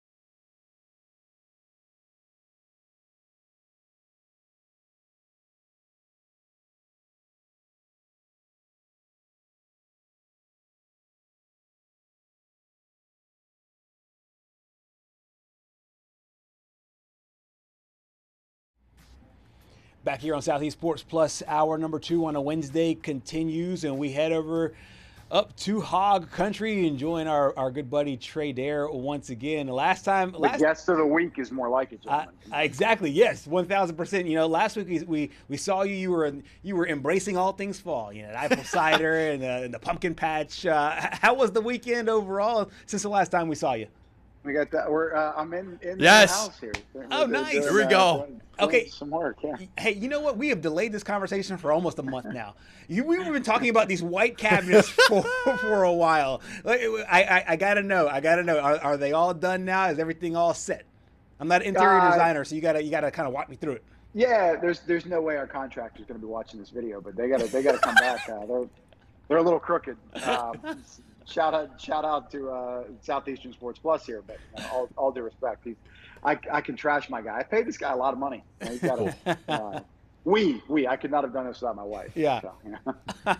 gotta get those straightened out. I love it. Cricket cabinets aside, we were talking baseball just before we hopped on. We'll jump to that in a moment. I wanted to talk a little bit about Arkansas because this is a team that played ferociously 2 weeks ago, and it's a team that played ferociously once again. And once again, they're in a nail-biter game with one of the top teams in the SEC. This time it's Texas A&M, a 3-point game. Now, I know there's no such thing as moral victories, but how much did this Arkansas Razorback team and Coach Bobby Petrino take away from their performance against the Aggies?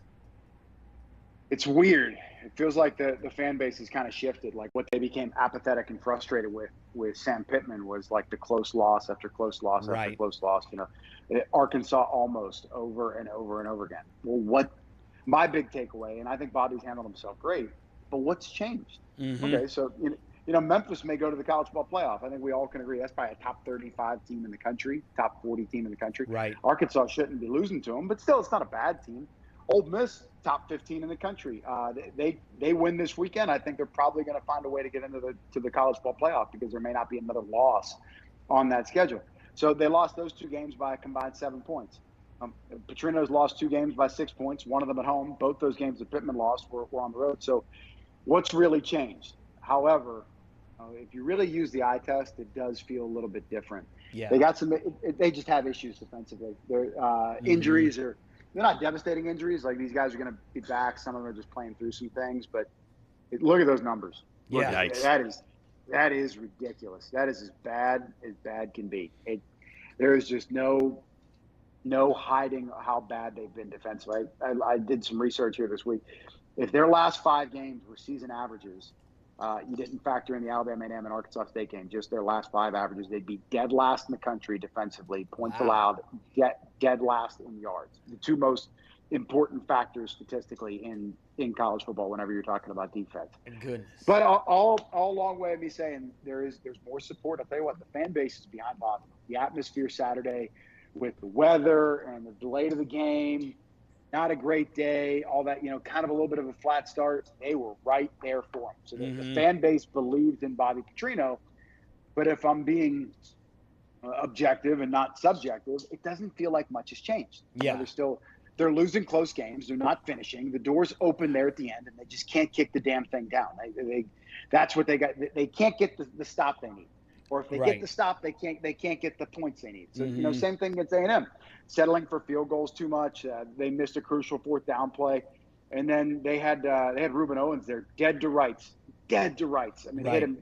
Justice Boone blew this play up in the backfield. But still, second chance, he breaks through, and that kind of, you know, altered the game. So they're close, but they were close before. Absolutely. Go ahead. Well, I was thinking, I was going to ask about the Auburn game. What were you asking about this Texas A&M game? No, I was going to ask about Petrino. Oh, well, yeah. Go ahead, because I think that's going to be more insightful as it leads to this week's game. Is there real possibility that he could just have the interim tag taken off? Like, I know you're talking about potentially these coaches losing their fastball. I mean, it still sounds like he's got it. I have a hard time believing that a guy at 64 years old, that the last time he was a head coach, he went 5-6 at Missouri State, is going to be a good coach in the SEC. But again, I'm being objective. There's a lot of subjectivity into what it takes to be a coach in college football. And he seems to be very much in control, very comfortable. I'm sure he's going to say, like, look, hey, we got one of the best offenses in the country. But you also have Taylor Green. A lot of their NIL money has also been spent on the offensive side of the ball. And he's going to be like, hey, I didn't hire these defensive coaches. I fired them. And Right, we did right. get a little teeny tiny bit better. You know, these fired coaches, stuff like that. We got a little teensy tiny bit better. Right? Don't look at me. Let me hire a defensive coordinator. Now, again, I think objectivity is the word of the day here so far. You look at Petrino's history; he has not hired good assistants. I mean, his coaching tree is pretty much non-existent, which isn't a knock on him. That's Sure. Not everybody could be Nick Saban. Yeah. And be the school for lost souls there with Lane Kiffin and Steve Sarkisian and Butch Jones, and for all these guys to kind of rehabilitate their career whenever they get there. Not everybody. Kirby Smart, who was a Saban disciple, and Jeremy Pruitt, who got great jobs, and on and on and on and on and on. Kurt Signetti was under Saban at one point. Not everybody can be like that. But yeah, I think there's a chance if they get hot, Petrino could get the job by the end of the year. Wow. Absolutely. I used to think he had to win 3 games. Maybe it's 2. However, everybody talks himself into a corner, right? Hunter Yurachek said at the press conference, part of the reason why we're firing Sam Pittman is not the 43-point loss to Notre Dame. This is a direct quote. Look it up. It's on the internet. You know it's true.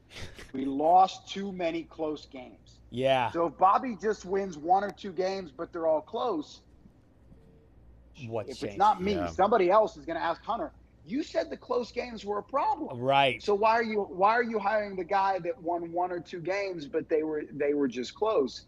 But man, the fan base, they are drunk on Bobby Petrino. They're drinking the Kool-Aid. They're liking what they see. They remember the way things were. That's exactly right. And Bobby is a gateway to the past. But that doesn't always work out the way it's supposed to be. He's doing a good job. He's comfortable in the moment. And I know he's not supposed to act any other way. He's acting like he's got the job. Right. But how else should he act? Yeah. Right. Yeah. And I think it's a key thing going into it, where if he just pretends that he has it, then maybe he just thinks he can manifest it into existence. And maybe so. As I look at this Auburn game coming up for Arkansas, he's so confident. Oh, 1,000%. He's so confident in what he's doing right now. No question. As I look at this Auburn game coming up, it reminds me a lot of the Spider-Man meme. You know the Spider-Man meme where it's Spider-Man and Spider-Man, they're pointing at each other, but they're the exact same. This reminds me of these two football teams. They're going about it in different ways, but they're the exact same football team pointing at each other. They're both 0-4 in the league. They're both losing close games. Now, Auburn's offense is inept. Arkansas's offense is lights out. Auburn's defense is elite. Arkansas's defense, as you mentioned, might be one of the worst if you were to take an average of their movable 5 force games. meets movable object. Exactly. Yeah, you can't hide the numbers. Arkansas's defense is one of the worst in the country. Yes, exactly. And comparative to Auburn's defense, these two teams feel like the same team going in different, in opposite directions. How huge is this game for Arkansas? Because I know it's huge for Auburn. How huge is it for Arkansas, for not only Bobby Petrino, just for the team to stop the bleeding in the SEC and get a win over a historically good program? Is this a college football show, or are you guys going to keep on doing this after the football season? Oh, it's going on. It's year-round. It's all sports. Right. Yeah. Okay, so let's cue up the tape here if this happens. Okay. I don't think there is a path to Bobby Petrino getting this job if they lose this week. I just talked about how in love with the fan base is with him. We have a senior analyst on our team. I'll write that down, Trey. He's feeling a lot of support for Bobby Petrino.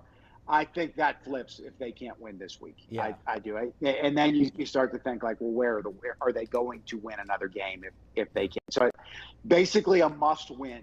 Yep. And let's be honest, we talk about this almost every week. I think the quit factor, if they lose this week, the buy-in from the players would be like, what are we doing here? Mm-hmm. I'm done. And it's, you want in life, we all want good employees. We want people that work hard, but come on, when you don't believe in what you're doing, that's whenever the tune-out thing happens. And quite frankly, that's what happened for Arkansas against Notre Dame. So I could see them going on a little run here. Like, Arkansas has not been more than a 7.5-point dog all season long. Right. I mean, they backdoored the hell out of it, but they covered against Texas A&M. Yeah, they did. They still covered the spread there.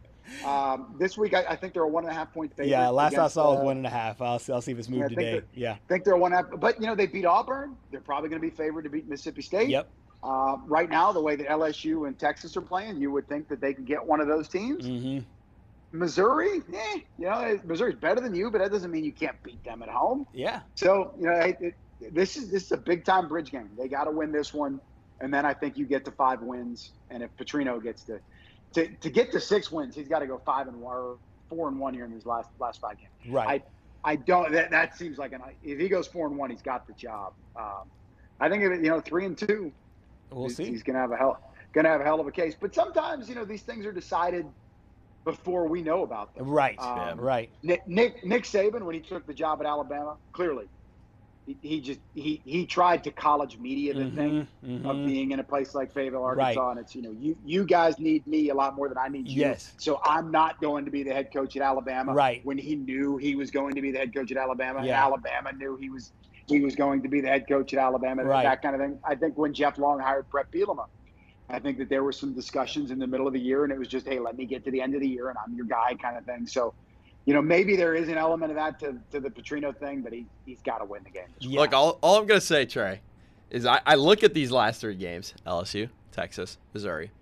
Arkansas can do some serious damage to the amount of SEC teams that make the college football playoff if they win just one of those games. Man, and Arkansas, they are close, but how close is close to being? Yeah, close. 5-2, 6-1. But, right. You'd have to be nearly perfect in fairness for that. It's not just like these they're not who puked all over themselves. They're not like the Giants here. 33 in the fourth quarter is bad. Insane. That is awful. Unreal. I mean, they're not losing games like that, but they are kind of doing it. But yeah, hey, that's cool, right? Like let's have these games mean something down the stretch. Like if maybe you're playing, you get there and you're 4-6 with 2 games to go. It's like, all right, hey, let's get 6-6. Let's get to a bowl game. Even if you don't get there, at least show that there's something to play for. Maybe you can knock out a Missouri from a college football playoff. You can knock out a Texas or an LSU from a college football playoff. I think the SEC is getting. I'd be stunned if they didn't get 4 teams in the playoff. Yeah, right. Yeah, absolutely. Same here. As it relates to this Auburn defense, we got a chance to hear from Bobby Petrino because this might be, of the games that he has coached, the best defense that he has to scheme up against. We heard from the interim, maybe possible new head coach of the Hawks. Yeah, they're a really good defensive team. They've got good outside edge rushers. They're firm inside. The linebackers play fast. Their secondary is not afraid to play man coverage. Very familiar with their defense. They're very, very well coached. We went against them, that defense, every day in practice before. So they do a great job in their schemes and what they do. It's going to be a great challenge for our offense. We've got to be able to run the football and be patient, stay away from third and extra long, where they can tee off their pass rushers. So I think we have to be efficient. We have to really be efficient on first down. I think this defense for Auburn is really interesting going into this matchup because this is Auburn's probably toughest test from a defensive standpoint for the kind of offense they're going to play against. What do you think might be the magic number for this Arkansas team to be able to feel comfortable with their defense, as badly as it's playing, to be able to get a win over the Auburn Tigers? That defense wins championship thing, I think that's just so antiquated. So in today's college football, I say first and foremost, if it's one or the other, elite defense, elite offense, I would much rather have the offense. I just think that's how the game's played. Man, Arkansas's defense, they're just not good. So how can Auburn score 27, 28 points? Right. Probably. I think for Arkansas to win this game, I think comfortably they're gonna have to hit 30. If you tell me Arkansas scores 30 points, I think they win the game. 20. If they score 24 and win, I'd be a little surprised. Right. Because I think about 24 is probably the best their defense can do. Auburn's going to score some points. I don't know the players, but Petrino talked about it. They have an NFL receiver on that team. Yeah. They have talent. They just haven't really figured it out. It sounds like maybe, possibly. I haven't heard this, but I heard somebody talking about it. I guess Hugh Freeze was alluding to maybe they could have a change of pace of quarterback here. Yes. Jackson Arnold, maybe. Ashton Daniels. you people there in Mobile, you got to be all over this. Yeah, I wish we would have gotten the interim bowl. Like, how college football would that have been? I know. Hugh Freeze gone. We got interim Bobby against interim whoever at Auburn. That would have been kind of fun. Tank bowl in the NFL. When Hugh Freeze was at Ole Miss, they were cheating like nobody's business. Oh yeah, they were cheating worse then than people are cheating legally now, kind of thing. But that said, I still believe in Hugh Freeze. I don't know why it's fallen out of favor. Those teams were disciplined and they played for him. When he was at Arkansas State, got the 10 wins, got those guys to play for him. So I don't know what's missing there. Well, Liberty, Liberty's been a pretty good job. I know Jamie Chadwell's he's swimming in it this year. It's not going well, but pretty good job. They've had good coaches come through there, even back whenever they were a 1AA program. Hugh Freeze was probably one of the best coaches they had there all time. So I still believe in him. I just don't. And they may be closer than Arkansas. They've lost 4 games, only one of them by 10 points, and that was to Georgia. Just Missouri is right around 15th in the country. I don't know where they're at in the poll, but I think they're top 15. You're in overtime. You had your chances. I mean, they are right there. And their win over Baylor. Baylor not just a guy, so to speak. They're not a great team, but that's better than any win Arkansas has. Right. Right. So it's a little surprising to me that Arkansas is viewed as the betting favorite. Yeah, it is interesting, and I think it speaks a lot more to Auburn's lack of being able to put offense together. I think 24 is about a good number as well. If you can feel confident in the defense to be able to get it done. You mentioned the interim bowl, and that kind of sends me down a different tangent here about the head coaching the openings, because for the longest time it was one all Power 4 conferences, and if you count the Pac-2, the Oregon State was in there as well. Now there is another SEC opening with the University of Florida. I always find these interconference coaching searches really interesting as well, because it's like, hey, what caliber of coaches X team gets as compared to what caliber of coaches Y team gets. Do you see there being any comparison at all, or maybe a race, whether it's an arms race or just a race to get the guy for Arkansas as it relates to Florida specifically, and then the rest of college football as well? I'm gonna spin this back on you guys, because we're producing our show here. By the way, we're slammed this week. They had a 30-minute basketball. I bet. Yeah. On Thursday night, we do 1 hour every single Saturday. I think it's for football. I think it's going to be hard for any team to hire. It will eventually happen. I just don't think the next year or two is the time. It's going to be really hard to hire a coach that's in the playoff. So Thanksgiving, you want that Monday after Thanksgiving, ideally you got your guy. Maybe you're willing to wait after the conference championship games. Right. But then it's another 2 weeks until that first round of the playoffs. And heaven forbid, what if they win a game? Now you're getting into January 2nd by the time, if that's your guy. So, which is why I think indirectly Lane Kiffin is going to be so freaking attractive. Because if they go 9-3 and miss the playoff, he's going to be the darling of the ball. Absolutely. So anyway, we're doing social media. Get me back on camera here with you guys. Social media, we do this stuff with the blind rankings. Okay. So we're doing a segment. Peyton Hillis, the former Madden cover athlete. Gerhard, we'll do it with you. So blind ranking potential SEC jobs. All right, number 1, Auburn, 1 to 5. Where do you put it? Ooh, 3. Blind ranking. Sorry. 2. Okay, you're going to put it number 2. All right, Arkansas. 3. 3. I think you may regret that one. All right, Kentucky. Ah, crap! I do regret it. Actually, you know what? I don't. Kentucky will be 5. Okay, all right. And now's the hard part. LSU. That's where I regret it, because I would flip. You got 2 left. Yeah. I'd flip LSU and Arkansas. If I could take it back, I'm not gonna take it back. I'm not gonna take it back. LSU would be 4, and I could even, Johnny Cochran argue it, because I'm like, you know what? Hey, this is a program that is like that'll the pressure cooker is on. At Arkansas, I believe at least, if Sam Pittman's any indicator, they'll give you at least 6 years. LSU probably won't. So a losing record in the year 6, and then number 1 we got Florida. Florida's 1. I think just about everybody can remember Florida. I don't know how old you guys are, but I am. I'm old enough to remember watching Steve Spurrier coach there. Yeah, same. And win the school's first national title in 1996. Urban Meyer won 2 national titles there. Even Dan Mullen got really close to being, I think he had a year where they lived in the top 10. Yeah. Florida's a really good job. I don't know why they can't figure. They've tried everything. Will Muschamp, hottest coordinator in the country. Yep. That, who's the next up and comer? That didn't work. Well, let's just go get the guy that everybody wants. Oh, Dan Mullen. He used to coach right. That kind of worked, but I think he pissed some people off, and then they got impatient. And then, let's hire the best mid-major coach. That's what we did with Urban. Jim McElwain, failure. Billy Napier, fired. And, man, they did him dirty. Yeah, they did. Waiting to fire him, waiting for the bye. They win the game, and you got the bye week coming, so you want to fire him on Sunday or Monday or whatever day it was. Yeah. They did him so dirty. But I think even similar to the Penn State thing, they start to fear well, what if he starts winning and we kind of want to move on? What if Franklin would have got to 9-3 or 8-4 and Penn State would have kept it?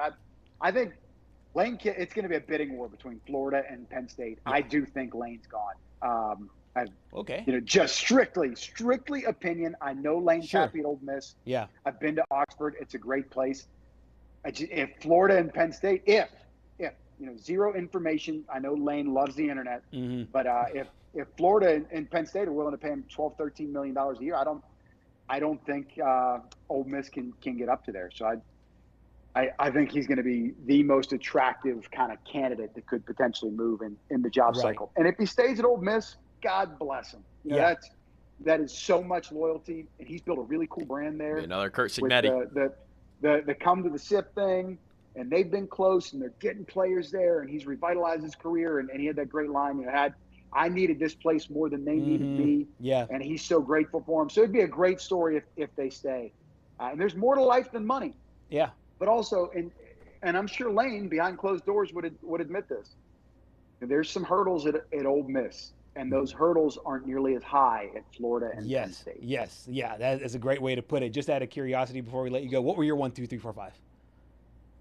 Well, I don't do it blind because I know. I know, but I'm saying, but for the show, what were they? What would they have been? I would say I would go Florida 1, LSU 2, Arkansas 4, Auburn 3, and then Kentucky 5. Okay. But look, if you like cash and checks, Mark Stoops makes $9-10 million a year. If he goes 8-4, he'll never get fired. Yep. But it seems like it may be time there. He's done a good job. He did elevate the program. He brought stability there. He made a lot of money. But it kind of seems like it may be time. I would be a little bit surprised if he got let go. Right. It seems like that job's going to come open. Well, I think one of the best jobs in the SEC right now is Vanderbilt. The pressure's low. Nashville's a cool city. They got the facility. Yeah. If you're a smart enough kid to where you don't have these delusions of the NFL, which 80-90% of these kids that play in the SEC, they all see NFL. Correct. I got a degree from Vanderbilt. I mean, it's up there with Ivy League schools. Yeah. Stanford. Oh, 100%. It's on that par. And you get to live in Nashville. Yeah. You live in one of these smaller towns. Absolutely. Trey, you are awesome, man. Thank you so much for all of your insight, and we will see you again down the road. Later, guys. Take care. Thank you. Trey Dare joining us out of Arkansas. That blind reveal is really interesting because I didn't know if he would have the LSU job open in there or not. So it is really interesting to see, if 5 jobs come open in the SEC, just the way they'll rank with all the coaches. Yeah, I mean, I definitely think that Lane Kiffin will be a hot commodity in a few months. I'm still on the fence on if he's going to leave because, I mean, we talked about it earlier. Yeah. Landry made the whole PowerPoint, and he loves how slow everything is there. Yes. And I feel like Gainesville might be a little bit faster than Oxford. Right, in a lot of ways. And there'll be pressure to win immediately, the kind of pressure he did not have when he first got to Ole Miss as a coach and revitalized that program. Trey Dare on all the things Arkansas as Auburn comes to town this weekend. Coming up next here on Southeast Sports Plus, we'll have much more as we get ready for another big week on the gridiron.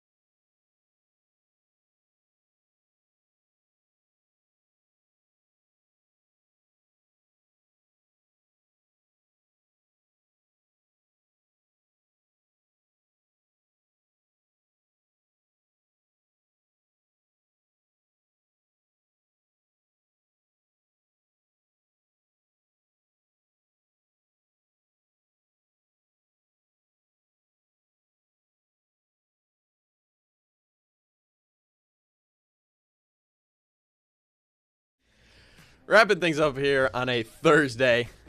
SEC Week 9. Hard to believe it's already here, but as we look around the SEC, number 8 Ole Miss taking on the Oklahoma Sooners. Lane Kiffin always got something to say.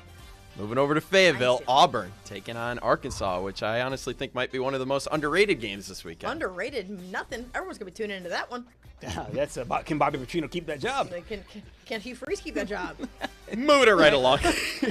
Number 4 Alabama taking on South Carolina. Should be an interesting one. Let's see favorite if place, Simone, the chicken. And then College Game Day going to Nashville for the second time ever. Missouri taking on Vanderbilt. Should be Missouri, a dandy. nothing like for Missouri Vandy being a top 15 matchup, guys. Yeah. And the College Game Day We're in We're in 2025 here. Texas, we just talked with Noah Gross. Can they avoid the upset against Mississippi State? Can they still make the playoff? Who knows? Still to be seen. Texas A&M taking on LSU. Who knows what LSU is going to give you this year? And then Kentucky, who almost just beat Texas last week, is going to host Tennessee. Some amazing games here this weekend. Sneaky. Well, all I'm going to say, guys, is this is what's hilarious to me. Okay, nothing against you, Patrick, and nothing against me. Oh, okay. Here, let me say, when you're a seasoned SEC media person, such as me and Gerhard over here, like these top 15, now the last one right there, we're talking Vanderbilt, Missouri is a little bit surprising. All these other teams, everyone's like, oh my gosh, every week it's so hard. Oh my gosh. Okay, well, when you live life in fantasy land over there in the Big 12 and in the ACC, you guys, hey, turn your mic off for a minute. You guys aren't used to what we already know is fact, which is it just means more every week. And so like we're like, oh yeah, you got LSU, Bama, Ole Miss. I mean, Florida? you guys. Okay, like that's just another. You guys already had football, like, and now you're trying to take over basketball, and now the ACC and Big 12 can't have anything. Welcome to the South. We got better barbecue and better sports. Deuces And better golf courses. And better games to bet on. So here we go. Number 8 Ole Miss at Oklahoma, 5.5-point favorites. Who we got? I like Mathangani Company to cover the spread. They win by 7. Pass, no way. I like Ole Miss and the upset on the road. Ole Miss on the upset, yes, for sure. Auburn at Arkansas. Here we go. I'm going to go with Auburn going into Fayetteville and getting the W. Thanks to Ash and Daniel. Got Auburn with a W. I agree. Mizzou, I don't like that line. That line hurts my heart. Give me Pavi and Company at home. Yeah, I agree with that one. Texas, Mississippi State. I'm not touching Texas with a 10-foot pole. Give me Mississippi State to win their first SEC game. Are you? They're out of here to me. And then Texas A&M, LSU, we have 5 seconds. Did you do the points or the straight up? Oh, no, straight up. Mississippi State wins again. Get them out of here. A&M wins. We'll see you tomorrow. Get them out of here.